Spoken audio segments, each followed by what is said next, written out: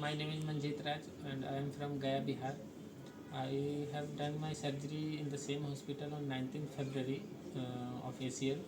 So, but after 15 days, I came here for regular checkup. So, but in X-ray report, it found that somehow my bottom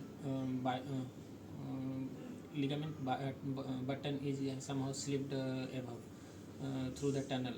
So doctor suggests that you have to go through another surgery where we will do put one screw below side and above will be the endobutton itself.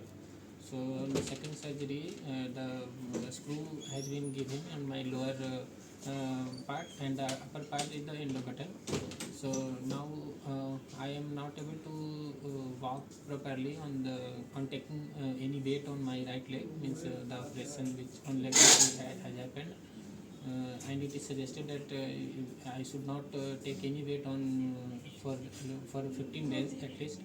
So after 15 days I have suggested to come here to remove a stitches, and then doctor will suggest what action needs to be done thereafter.